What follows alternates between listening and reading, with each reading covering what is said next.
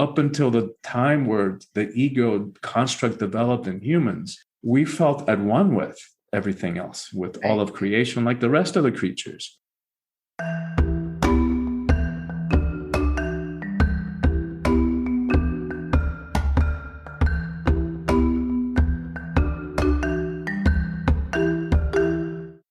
Hello and welcome to Self-Talk. I'm Rachel Astarte. Award-winning author and TEDx speaker Christian de la Huerta is a sought-after spiritual teacher, personal transformation coach, and leading voice in the breathwork community. His book, Awakening the Soul of Power, the first of a 3-part series, Calling All Heroes, was released just this past year in October. He has been described by music icon Gloria Estefan as a balm for the soul.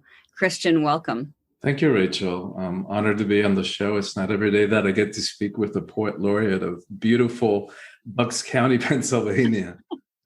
Well, it's a pleasure speaking with you too. And I know we have so much to talk about. So I'm going to ask a pretty obvious question, but I think it will lead in nicely to the rest of the episode today. How did you get started in all of this work? That's a big question. I've always had a sense of mission, like a desire to serve humanity or the sacred, however I interpreted that at different points in my life. Like when I was young, I grew up in a very Catholic family, so I thought I wanted to be a priest. Then realized in my later teens that religion didn't have room for me, for who I am. So, so later in my, as I was approaching 30, I began to look towards the East. So I started exploring both the mystical traditions of the West and the traditions of the East. But that mission, that sense of wanting to make a difference, to help human beings get free from our self-made prisons, it's still what drives all of what I do, what drives the theme of this book that I just released. Beautiful. And how did you get started with writing? My first book came out 20 years ago. I was actually approached by a publisher, one of the New York, publishing houses back then. And I had a simultaneous yes and the honor of being, like kind of anointed in the shoulder with a mission, and a yikes. Like it was like, yes, yikes. Because I didn't, I'd never written before. I'd never written a book before. I didn't want to be in the public eye. I'm primarily introverted, and which means that that I process things internally before I speak them, and that I'm probably most comfortable by myself in nature. And it's that sense of mission that we're talking about that allows me to do what I do and to speak all over the world. Beautiful. Yeah, I get that as a self-proclaimed introvert who loves nature myself. And and one of the things that I figured that given your shamanic studies, I figured that you would understand. Yeah, I do. And it is something I think that you're aware of, or one can be aware of very, very early on in life, that somehow as a child, you just feel at home outdoors or in nature or with your bare feet on the ground or whatever it is. I used to talk to trees, and I guess I still do. I still do. Now that I think about it. I still do. Yeah. And in this year of pandemic, it's like that. It's been a blessing to be exactly to have that connection to self. I was like, thank goodness that I enjoy my own company. Yeah. Yeah. I don't know, when people say I'm bored, it's like I don't even understand that. I don't understand that word either, but I can see it's like you're bored because you haven't opened the door to go out, not necessarily even literally outside, but open the door even into your inner self. Thank you. To find out how much there is, how much richness is there. Oh my God. And what a universe to explore in there. Yeah, that's something. And being lonely too. Sometimes I don't understand. I mean, I understand it, of course, need for human connection, but when there's so much life around us all the time, I'm looking at the trees right now, waving in the wind. I'm like, oh, hi. Yeah, I totally get that. I never feel lonely. Like in this last year pandemic, I've been in a long distance relationship, which is the reason that, that I go to Bucks County and Lambertville, New Jersey so often. But I do. So I get the skin hunger part of it, but I'd never feel lonely. Yeah. It's interesting. Well, so that's a great way to segue, I think, into awakening the soul of power. So let's talk about personal power for a second, and we can dive in anywhere. There are a couple of shades of personal power that I want to get into, but you talk about selling out on your personal power and how to free ourselves from self-sabotage, which is one of the ways to do that. Can you talk a little bit about what that means? First of all, what is personal power, and how do we sabotage it? Yeah, of course. I think most of us have an ambivalent relationship to power. We want it, but we're afraid of it. And as I've been doing retreat work on that theme and developing my thinking about that for the last 10 years, what I've realized is that at core, we fear that we might abuse it. And no wonder. Like, all we have to do is turn on the news on any given day and witness at least one abuse of power. Right. And so what good-hearted person wants to do that? We've also been conditioned, to think that power is a negative thing. It's a bad thing. So power corrupts. Absolute power corrupts absolutely. Right. So what good-hearted person wants to be corrupted? Add to the mix the fact that we've been conditioned that the emotions are weakness, and we hate conflict. We avoid confrontation. Put all that into a mix, and what happens is we end up selling out on our power. We end up saying yes when inside we feel no. We end up selling short on our beliefs, our dreams, our convictions, our boundaries, what works for us, what doesn't work for us. And settling for an illusion of security, for a false sense of acceptance, and for morsels of pseudo love. And none of that is a smart strategy. It's not effective. It doesn't really work. What is pseudo love? Pseudo love is like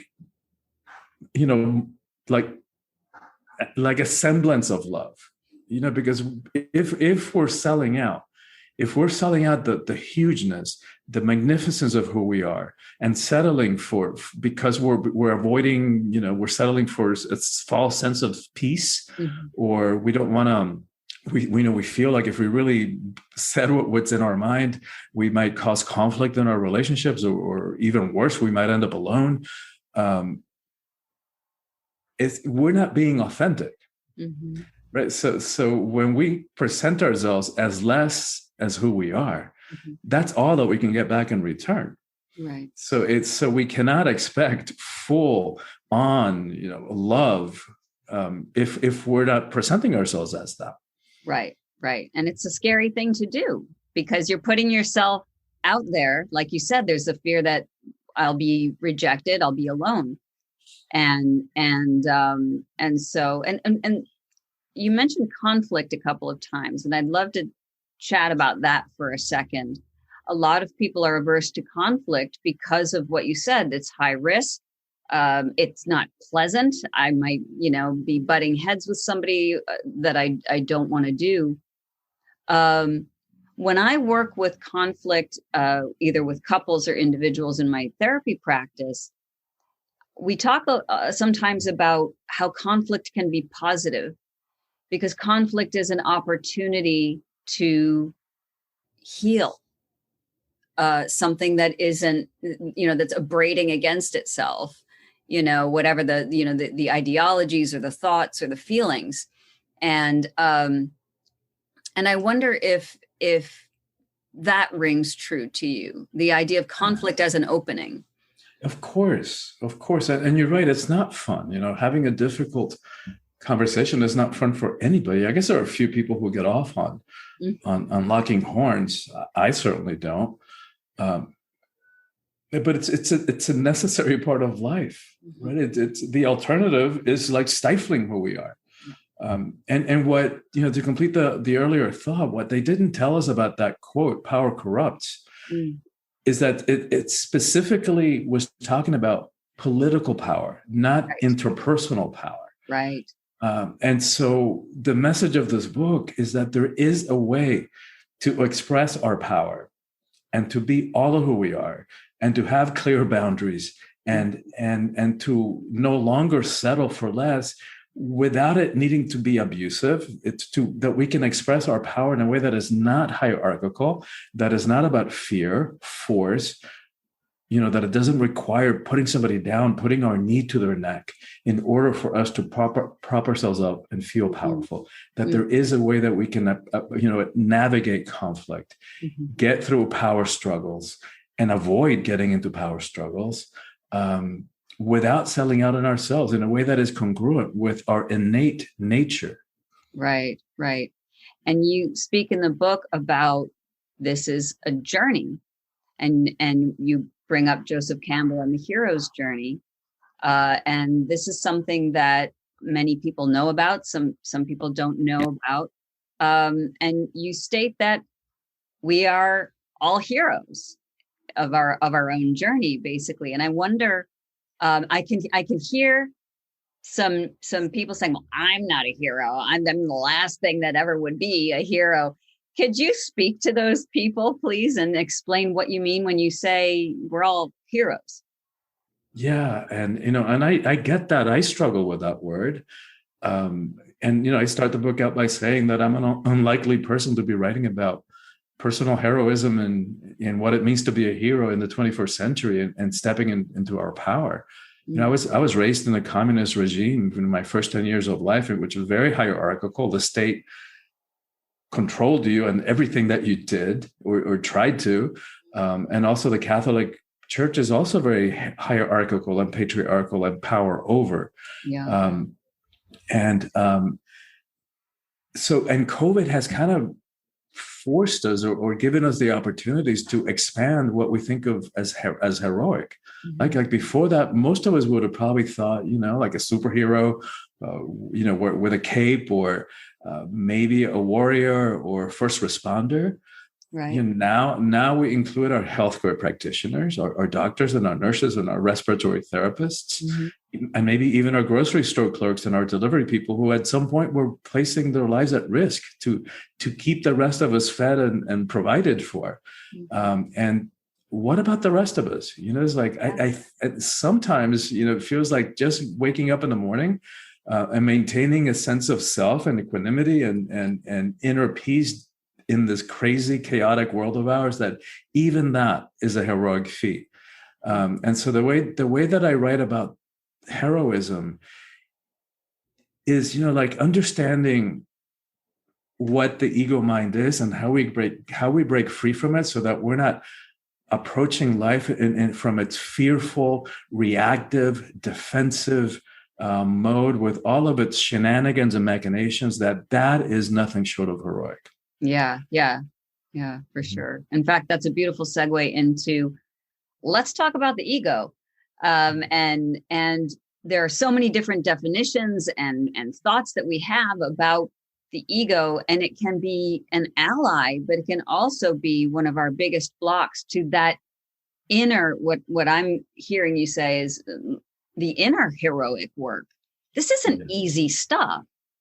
To step into your power sounds gorgeous. I want it on a t-shirt. I've stepped into my power, but it's not that easy. And you have to weed through so much self-doubt, so much programming. You said with, living in a communist state and the rules of the Catholic Church, we all in our own ways have that kind of language and self-talk that's created from what we heard as children, and the ego kind of has to manage all of that. So what's your take on the ego and how it shows up on this journey? Yeah, I knew that you'd appreciate this, and being a therapist, and you're right, there's so much confusion about what the ego is. Most of us, when we hear the word, if we know the word, we'll think arrogance, inflated sense of self, having a big ego. And it is that, but it's a whole lot more than that. Mm-hmm. And then maybe if like you or me, if we took Psych 101 in college, then we'll think, oh, maybe Freud's model personality, the id, the ego, the superego. And that's not what I'm talking about.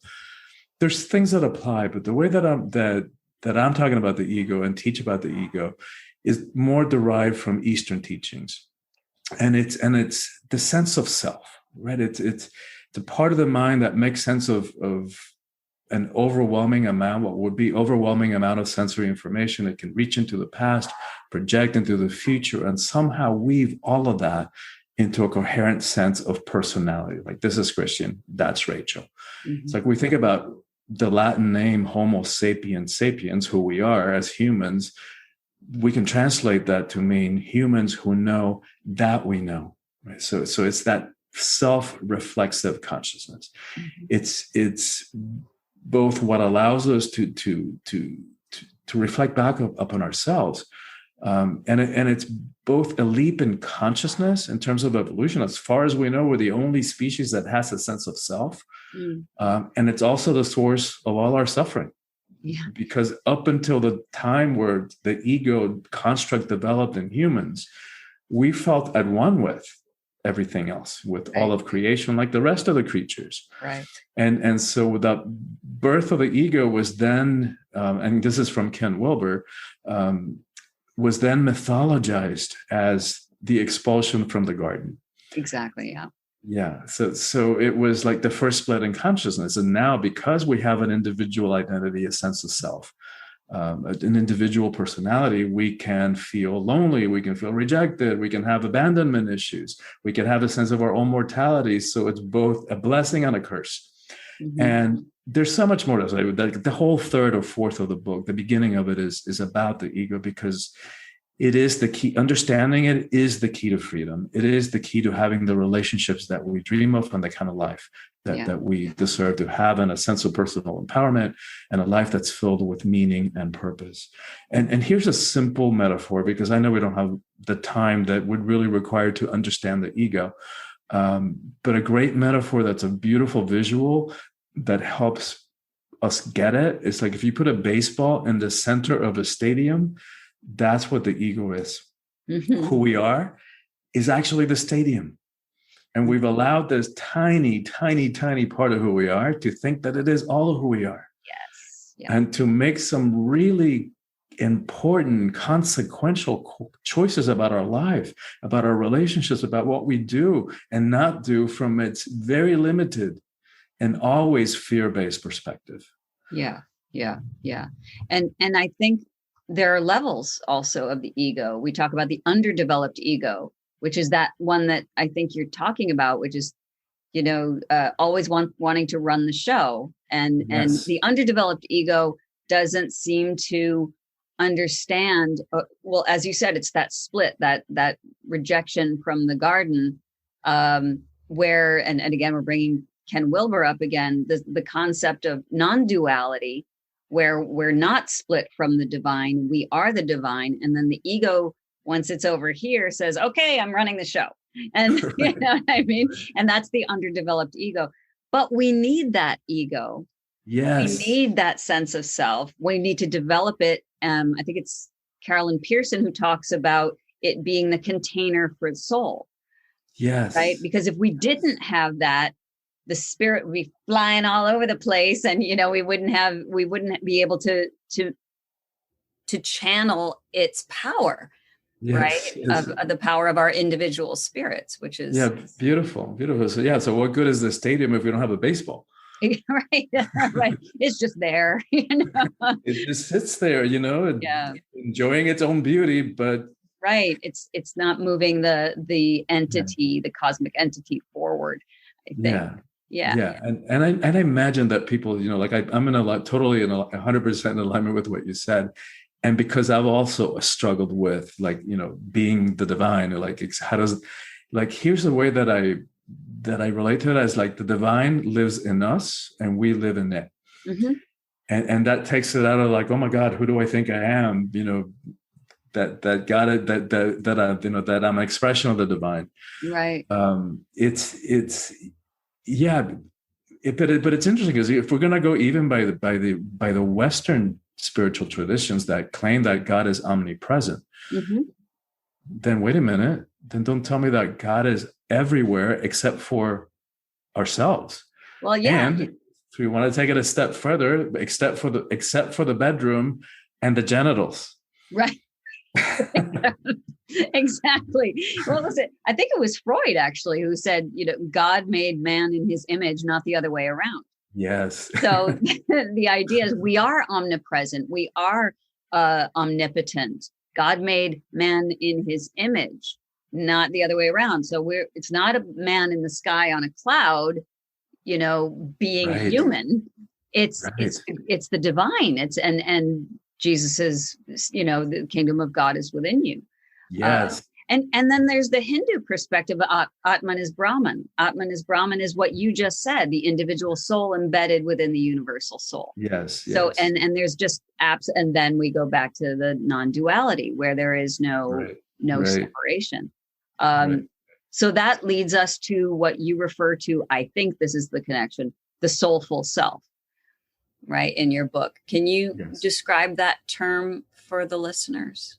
Yes, I think the way that I think about it is when we step out of the realm and the limited perspective of the ego, and we reconnect with our stadium nature, to stay with that metaphor, it's like, to me, that is what is the soulful self.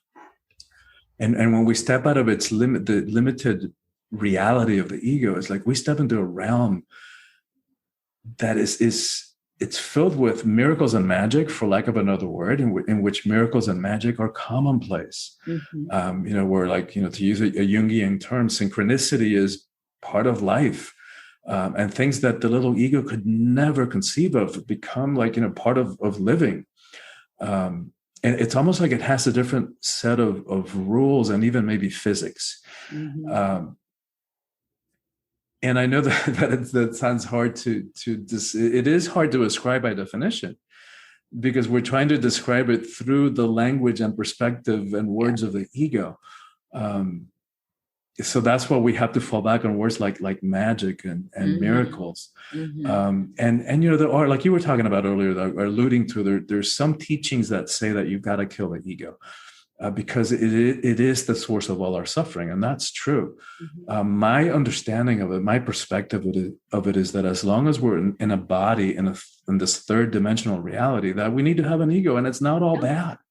And that it's good to have a sense of self. So rather than killing it, what we're going for is healing it, so that we're no longer reacting to unresolved past traumas and unhealed issues and suppressed emotions. So that's what I understand as healing it, so that we can reintroduce choice, right? And rather than reacting, but the ego is all about reacting, so that we can reintroduce choice back into the equation, and choose to how we're going to show up. So, and so rather than allowing the ego to continue thinking that it is running the show, that it is the sun, we're like taking it outside of that place and putting it back in orbit around the sun. In service to the sun. Call that the higher self, call it our own sacred piece of our own piece of sacred real estate, call it the soul, call it whatever you want to call it. Yeah, I think that's exactly right. It has a place. It's just, and I think that's it's not killing the ego so much as developing the ego and training it to have its place, to help the entire entity of the being, the mind, body, spirit being that we all are, to do what it's supposed to do while we're here. And God only knows what that is. But but one thing is certain, we're here for some reason. And whatever lesson it is, or lessons they are that we're here to learn, it's quite an adventure. Yeah. So and I love how you speak about it as the mind, body, spirit being, because we're so Like, like that was the first split was that, right? The birth of the ego. And then we continue splitting ourselves, right? Here's Right. my body, and then there's my mind, and there are my emotions, Right. and there's my spirit. And we're in reality, the more holistic, the more shamanic, the more Eastern approach to it is like one of wholeness. Like it's just one being. Yeah, exactly. And I think that's part of the work, at least that I'm doing with therapy, is getting those pieces kind of put back together again, the mind, body, spirit aspect, and saying, these things have to work in conjunction with one another, because they all have a part. You can't be up in your head all the time and ignore your body, or you can have your mind and your body working together and then forget your divinity, or your connection to primal unified awareness, as the Taoists call it, so that it just is, you know what I mean? So, so I appreciate what you're saying there. So as we, I could talk to you all day. I hope you will come back. I know you and I could just one thing we've mentioned we could spend an hour on. I know, it's so true. Maybe we'll do that next time. But I think it's really important to get an overview of, especially of this book, because I think it's an important one for people to really to read. And one of the questions that I want to close with is, how do we start getting to know, or getting to develop or create that soulful self? And I know that may be a big question. So baby steps, how might yeah. And it is a big question. Yes. Two things I would say, and only half kiddingly, get the book, right? Yeah. Because it does walk you. I've designed it intentionally like short chapters and interactive. So each chapter has questions or practices at the end to help us integrate the teachings into our lives, which is the whole purpose, right? So that it's not just a good idea, or like we're hypothetical. It's like, no, these teachings can actually change our lives and how we do relationships. And so then like another practice, anything that we can do in terms of self-observation, like that's the key. Like whether it's a meditation practice or whatever it is, anything that is going to support our ability to reflect back up on ourselves and to understand who we are and why we do what we do and the patterns that we get stuck in, right? So like Carl Jung said, making the process of enlightenment is making the subconscious conscious. Right. So anything we can do towards that, whether it's a therapy practice or self-awareness, meditation, mindfulness practice, that's the beginning. And it's really the practice, right? So that we are no longer adrift in this sea of reactivity where we're at the effect of other people and their expectations and at the effect of subconscious drivers of behavior that we don't even understand why we do the things we do, right? And why we feel the way we do. So it all starts there. And no wonder they used to have at the entrance of the old temples, know thyself. Right? That's the beginning step. Yeah. And breathe. Oh my God, it's all about the breath, right? Yeah. All about the breath. Yep. And that really is. And you mentioned meditation practice or whatever practice it is that allows you to drop into what's here, get to know it, get to know what's present, and get to know what your blocks are, or how does your ego, what does your ego need to come to the good, to the light side? I don't want to say light and dark, but the more functional side of helping the greater being. Yeah. Yes. And understanding the patterns. Like sometimes it feels like if we start zooming out and looking at our relationships, rather than feeling victimized by what this one did or the other one didn't do, it's like, wait a minute, let's get real. Who is the one common denominator in every one of those relationships? And so why do we keep attracting that kind of person or that kind of relationship? And so that sometimes it feels like we're in the same boring play with a different actor, but that's like, I've been here before. Yep. Yep. So Wanting the play, wanting Romeo and Juliet to end differently, but that never does. Never does. So we're going to have to change the whole play. Yeah. I love that. I don't know. I always do. I'm like, maybe this time. So let's talk about what's coming up for you. Obviously the book is out. So, and available at your website, which is soulfulpower.com. On Amazon, I assume other booksellers. If you want independent booksellers, they are independent online booksellers. They're there too. So what's coming up for you? Yeah, thank you for letting people know where they can get the book. Yeah, wherever the books are sold, it's available. I'm also launched a virtual program, a virtual coaching program. It's a year long, but accessible, right? So because we're so busy and overscheduled, what I'm loving about this program is that I get to stretch out the teachings over the course of a year. And so that means that I get to deliver them piecemeal, like just a bite size at a time with, like the book, that the key is interactivity, like applying these teachings to our lives and integrating them into our lives. And also with a system of accountability. So a coaching call with me every couple of weeks. In the intervening weeks, the groups are, and I'm keeping them all intimate too, 20, 30 people at most, so that there's a sense of familiarity and safety around them. Mm-hmm. And that may change over time, but at least for now, I'm really appreciating that part of it. And so in the intervening week, they meet in dyads or triads, and it could be a short 10, 15-minute meeting, but just designed to keep us accountable, to keep us doing what we said that we were going to do. Okay. And the other thing that I'm loving is that I get to use themes from all my retreats, so what it means to live heroically, understanding the ego mind.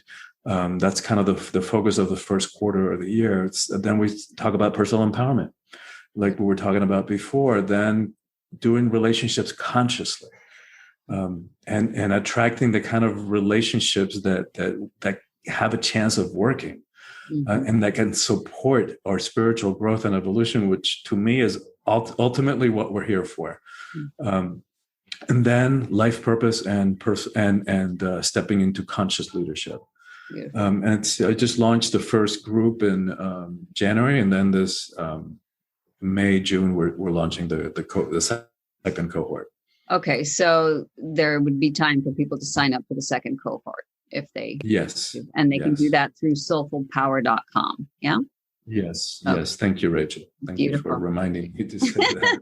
Of course, it's fine. In fact, in the show notes, we're going to have all of the links, ways that you can follow Christian, and we'll make sure that's all there.